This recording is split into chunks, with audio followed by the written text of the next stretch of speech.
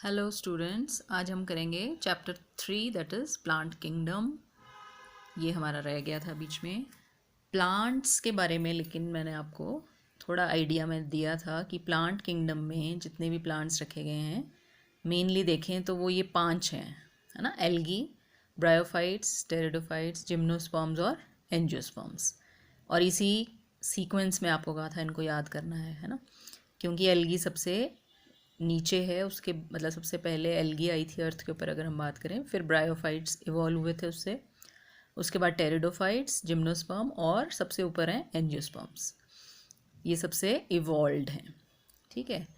सो plant kingdom में ये पांचों हमने करने हैं, इनके जनरल फीचर्स करने हैं। लेकिन इस चैप्टर में इनसे पहले क्या है, टाइप्स ऑफ क्लासिफिकेशन एक टॉपिक आपका ये है, तो इस पे भी थोड़ा सा ध्यान देंगे हम। टाइप्स ऑफ क्लासिफिकेशन हमने किया हुआ है कि किस तरह से जो भी ऑर्गेनिजम्स हैं उनको क्लासिफाई किया जाता है या अलग अलग ग्रुप्स में बांटा जाता है ना। किस आधार पे बांटा जाता है उसके हिसाब से ही ये 3 सिस्टम हैं क्लासिफिकेशन के। एक है आर्टिफिशियल सिस्टम, दूसरा है नेचुरल सिस्टम और तीसरा है फाइलोजेनेटिक सिस्टम। अब आर्टिफिशियल और नेचुरल तो आपने सुन रखे हैं नाम, ये आपके लिए नया है ना। ये 3 तरह का क्लासिफिकेशन सिस्टम होता है। आर्टिफिशियल सिस्टम में क्या होगा, देखो ये पहले यूज़ होता था एक्चुअली। आर्टिफिशियल नाम से पता चल रहा है कि इसमें हम कोई ज़्यादा डीप नहीं जाते थे कैरेक्टर्स को स्टडी करने के लिए। सिर्फ क्या करते थे, this system uses only few superficial characters, है ना। जस्ट मतलब सुपरफिशियल का मतलब जो बाहर से नज़र आ रहा है ना, जैसे कि कलर क्या है, शेप क्या है पत्तों का, या किस तरह की हैबिटेट में, या हैबिट का मतलब है कि जैसे क्या वो श्रब है, हर्ब है या ट्री है। बस यही थोड़े बहुत बाहरी उसके करेक्टर्स देख के ही हम क्लासिफाई कर देते हैं अगर प्लांट्स को, तो उसको बोलेंगे आर्टिफिशियल सिस्टम, ठीक है ना।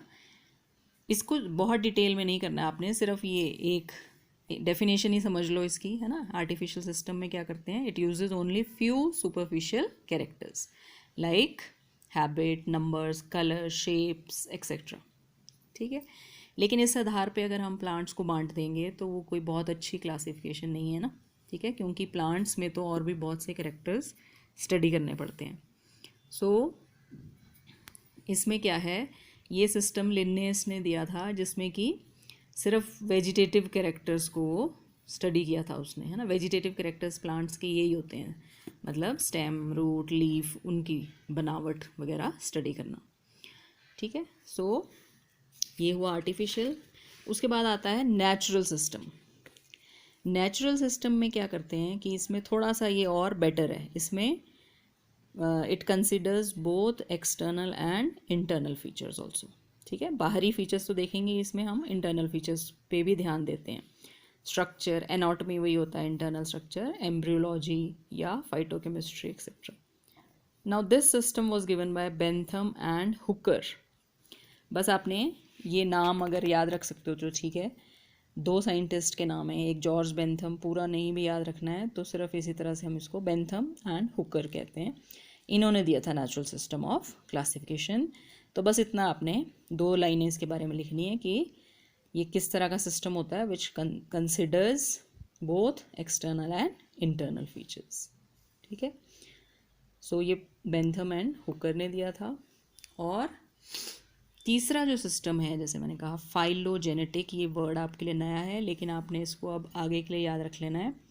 फाइलोजेनी का मतलब होता है किसी भी ऑर्गेनिज्म की इवोल्यूशन के बारे में पढ़ना, कि वो इवॉल्व कैसे हुआ है ना। जैसे अगर मैन की बात करें तो हम कैसे इवॉल्व हुए हैं, हमारे एंसेस्टर्स कौन थे, है ना। हम कहते हैं ना कि हम एप्स से इवॉल्व हुए हैं, या उससे भी पहले क्या थे, उससे पहले मतलब पूरी उसकी इवोल्यूशनरी हिस्ट्री को पढ़ना, वो कहलाता है फाइलोजेनी। तो फाइलोजेनेटिक सिस्टम ऑफ क्लासिफिकेशन भी यही करता है। ये क्या करता है कि किसी भी ऑर्गेनिज्म को क्लासिफाई करने से पहले उसकी इवोल्यूशनरी हिस्ट्री को देखेगा, है ना, या जेनेटिक रिलेशनशिप्स क्या हैं किन्हीं 2 के बीच में, उनको स्टडी करते हैं। So this system is based on fossil records.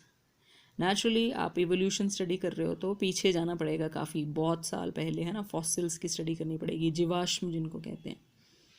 So this type of classification it was given by Engler and Prantl.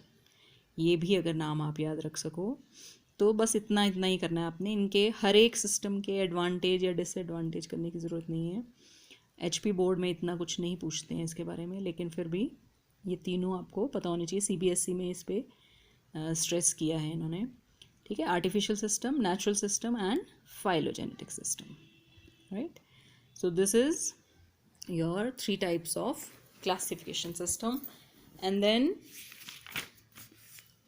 Next एक और जो टॉपिक है इसमें, देखिए ये भी CBSE की बुक्स में इन्होंने ये भी दे रखा है थोड़ा, हालांकि इसमें से क्वेश्चन कभी नहीं आया HP बोर्ड में, ये जो है टाइप्स ऑफ टेक्सोनमीज. बट चलो थोड़ा सा मैं आपको इसका भी आइडिया दे देती हूँ. नाउ टेक्सोनॉमी भी कर चुके हैं हम, है ना, पिछले चैप्टर में. तो ये इसका भी टेक्सोनॉमी भी क्लासिफिकेशन से ही है रिलेटेड, है ना. इसमें ये कह रहा है कि अब जो है ना, अब मॉडर्न टाइम्स में हमारे पास बहुत सी टेक्नोलॉजी आ गई है. तो अब जब हम क्लासीफाई करते हैं, है ना, किसी भी ऑर्गेनिजम्स को जब क्लासीफाई करते हैं तो हमारे पास अब बहुत से टूल्स हैं. जैसे कि पहला जो है न्यूमेरिकल टेक्सोनॉमी. न्यूमेरिकल का मतलब है कि कंप्यूटर बेस्ड होगा ये काम, है ना, जिसमें जैसे जितने भी कैरेक्टर्स आप स्टडी कर रहे हो, मान लो एक प्लांट है, उसके बहुत से कैरेक्टर्स, आप उसके रूट्स कैसी हैं, स्टेम कैसा है, लीव्स कैसी हैं, फ्लावर्स कैसे हैं, तो हर कैरेक्टर को एक नंबर दे दिया जाता है या कोड दे दिया जाता है ना.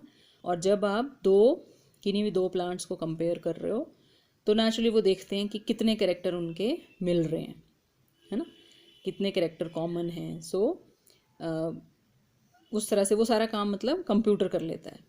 ठीक है, it is processed bye with the help of computers. तो ये नंबर्स का गेम है सारा और कंप्यूटर्स इसमें यूज़ होते हैं. This is called numerical taxonomy. दूसरा जो है देखिए साइटो टेक्सोनॉमी. साइटो वर्ड याद रखना आपने. साइटोलॉजी होता है स्टडी ऑफ सेल, सेल से रिलेटेड है. तो साइटो टेक्सोनॉमी में हम क्या देखते हैं, जब हम प्लांट को क्लासीफाई कर रहे होते हैं तो हम उसके सेल को स्टडी करते हैं कि उसके अंदर सेल में कितने क्रोमोसोम्स हैं, जैसे, है ना, या बिहेवियर ऑफ क्रोमोसोम्स, राइट. तो ये सारा कुछ सेल से रिलेटेड या क्रोमोसोम से रिलेटेड होता है. उसके आधार पर हम, कहने का मतलब, क्लासीफाई करते हैं. सो साइटोटेक्सोनॉमी. और तीसरा है इसमें कीमोटेक्सोनॉमी. कीमो मीन्स केमिकल से रिलेटेड, है ना. तो इसमें क्या होता है कि जो सेल है उसके अंदर कौन कौन से किस तरह के केमिकल्स पाए जाते हैं, यानी किस तरह के एंजाइम्स हैं, hormones, proteins, amino acids etcetera, उनके आधार पर इसमें हेल्प ली जाती है. तो ये 3 टर्म्स उतने इम्पॉर्टेंट तो नहीं हैं, लेकिन अगर आप इनको कर सको तो कर लेना.